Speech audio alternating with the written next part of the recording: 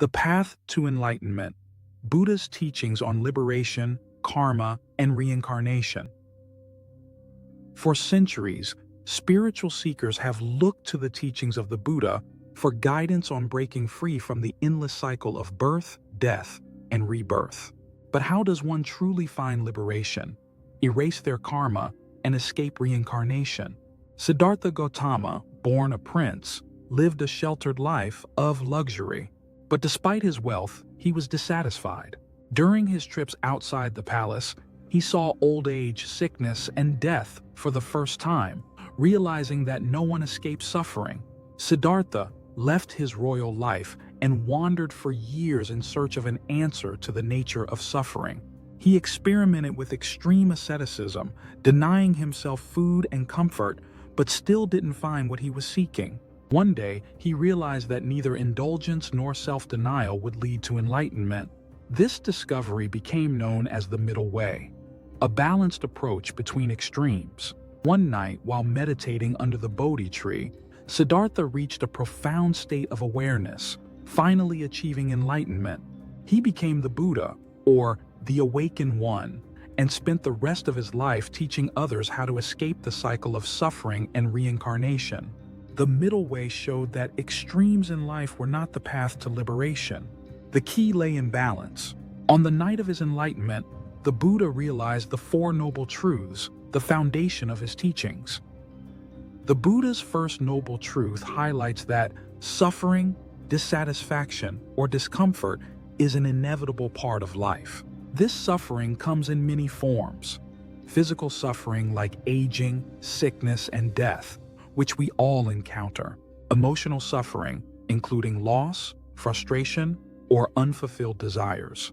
Even during moments of joy, there is the awareness that they won't last forever, leading to a subtle sense of dissatisfaction. Existential suffering, the underlying anxiety or restlessness of knowing that life is transient and impermanent. Everything we cling to, possessions, relationships, even our health, is subject to change and eventual loss. The Buddha's insight into suffering wasn't meant to be pessimistic. Instead, it was a compassionate acknowledgement of reality, helping us understand that suffering is universal and natural, and from this understanding, we can find a way out of it. The second noble truth delves into the origins of suffering, pointing to tanha, or craving, as the root cause. We suffer because we crave things to be different than they are. There are three types of cravings that keep us locked in suffering. Craving for sensory pleasures, the desire for experiences that bring us pleasure, from food and entertainment to relationships and material possessions. Craving for existence, the desire to be someone or something, to build and maintain our sense of self, status, and identity. Craving for non-existence, the desire to avoid unpleasant experiences or to escape from life's difficulties through distraction, denial, or even self-destruction. These cravings arise from our misunderstandings about the nature of reality. We mistakenly believe that the world around us and our sense of self are permanent and unchanging, but they are in a constant state of transformation. By clinging to impermanent things, we set ourselves up for disappointment and suffering. The third noble truth is one of hope. Suffering can end. It teaches that it's possible to transcend suffering by eliminating its cause, craving, and attachment. Nirvana refers to the cessation of suffering, achieved through the release of desires and attachments. This state is called nirvana, which is not a place, but a state of being free from the cycle of birth, death, and rebirth. In nirvana, the fires of greed, hatred, and ignorance are extinguished, and one experiences peace, bliss, and liberation. Achieving nirvana means breaking free from samsara, the cycle of reincarnation. In this state, the mind is no longer enslaved by desires or aversions, and one is fully awake to the nature of reality. The final noble truth lays out the method for achieving the end of suffering, known as the Eightfold Path. This is a step-by-step guide for ethical living, mental development, and wisdom, which will lead to the cessation of suffering and ultimately nirvana. The path is divided into three categories: wisdom, panna, right understanding, and right intent.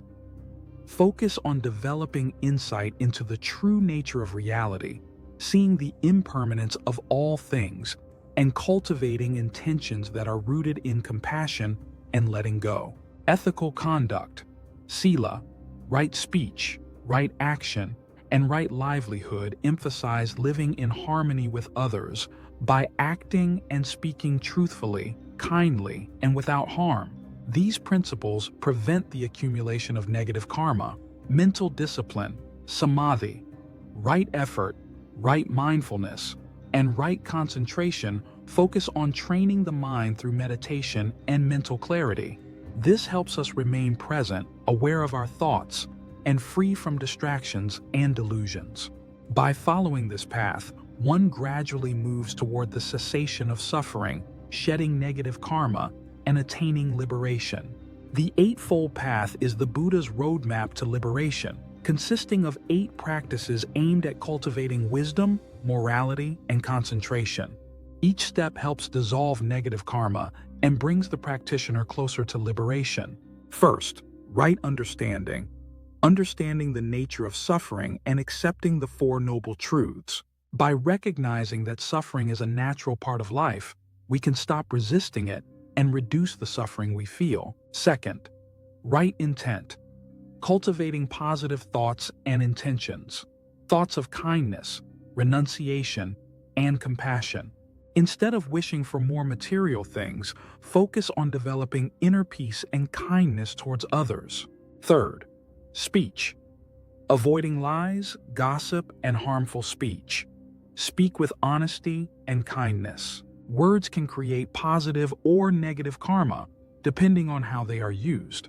Action.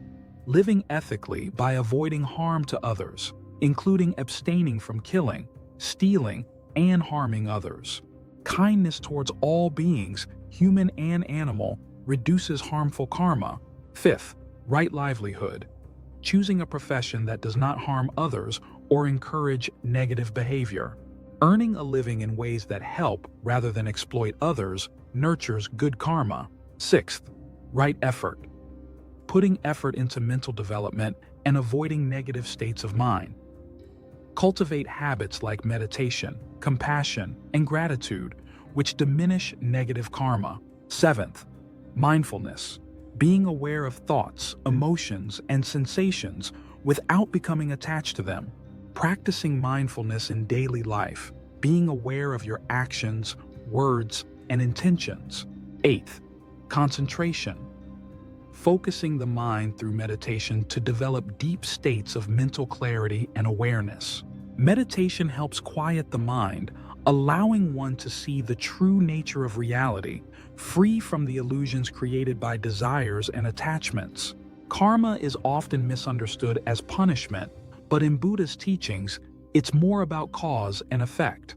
Every action, thought, or word creates karma, either positive or negative, which influences future experiences.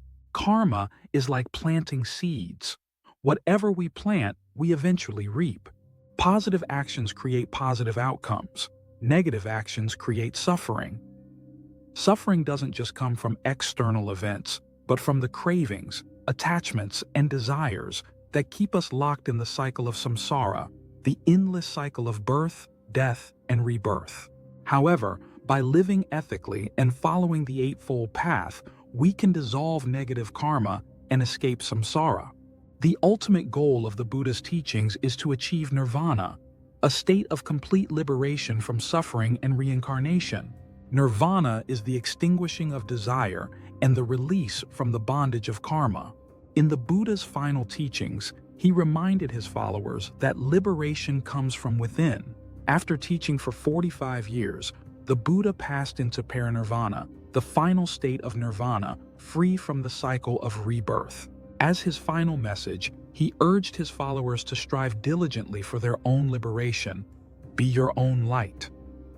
Buddha's teachings show that anyone, no matter their background, can achieve liberation by following the path of mindfulness, wisdom, and compassion. Buddha's path to enlightenment reveals timeless lessons on how we can find inner peace and break free from the cycle of suffering.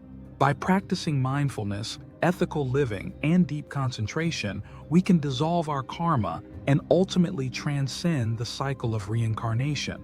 The teachings of the Buddha offer a path to liberation from suffering and the cycle of rebirth. It is a journey of mindfulness, wisdom, and compassion. The path has been laid before us, inviting us to walk it together. If you found this video insightful, give it a like. For more content on spirituality and wisdom, consider subscribing.